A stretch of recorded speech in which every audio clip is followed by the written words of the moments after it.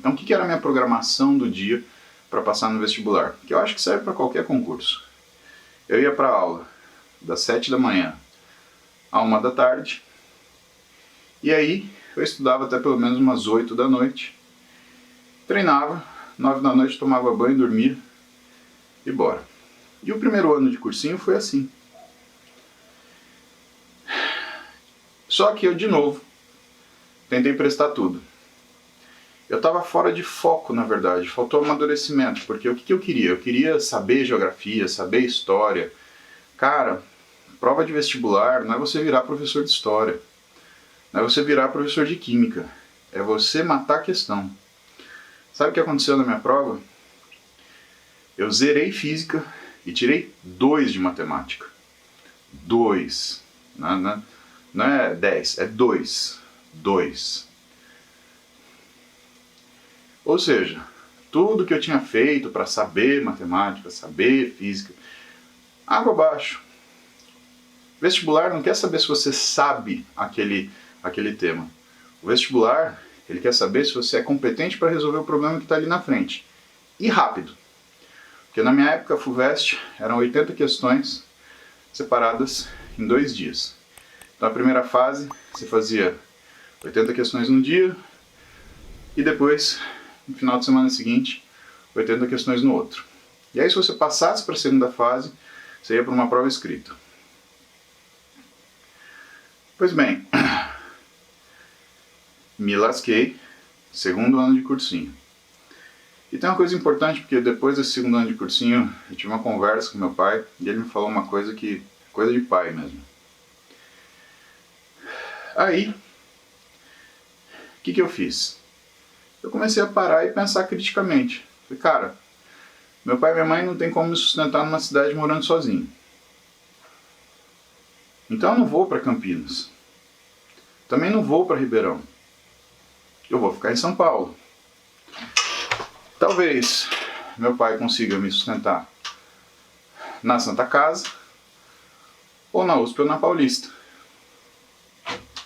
E aí, o que eu fiz? Eu estudei para a FUVEST, só para a FUVEST. Eu peguei 15 anos de prova, 10 anos de prova, e comecei a fazer. E eu repeti as provas. Eu fiz algumas provas mais de 3 vezes. E por quê? Porque as pessoas elas têm um jeito de perguntar. Então quando você vê um enunciado, você já sabe o que o cara está te induzindo a responder.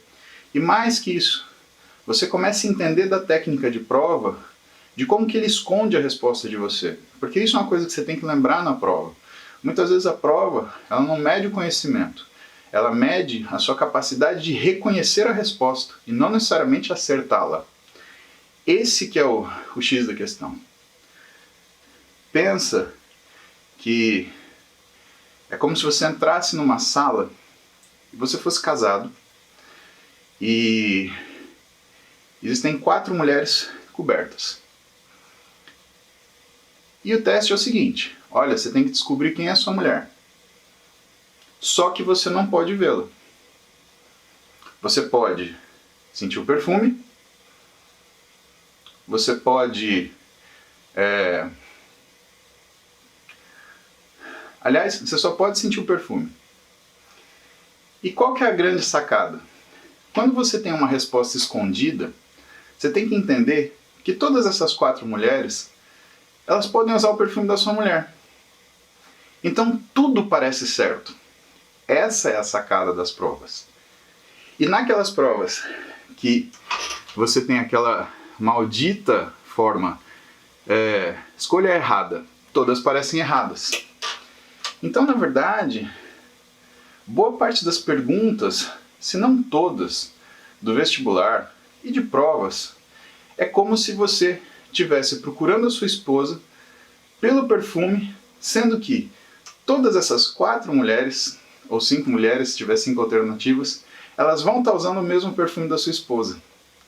E aí, como você faz? Aí você chega perto, você tenta sentir a temperatura da pele, tenta perceber o contorno do corpo. pede para andar para frente ou para trás, para você ver o jeito de andar. E essa seleção é muito difícil. Por isso que você repetir várias vezes as provas, isso te ensina a aprender como que nessas provas as pessoas escondem as respostas. Então você vai sabendo assim, por exemplo,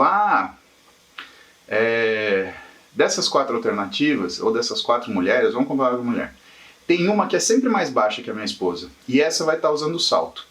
Então o que eu faço? Eu peço para as mulheres andar para frente e andar para trás. A que estiver usando salto, eu já descarto. A minha mulher, ela gosta muito de sandália. Então quando dá um passo para frente e para trás, eu diminuo o que são as minhas opções pelas mulheres que estão usando sandália. E assim você vai criando formas de perceber o que é a alternativa correta para você, ou pelo menos a menos errada.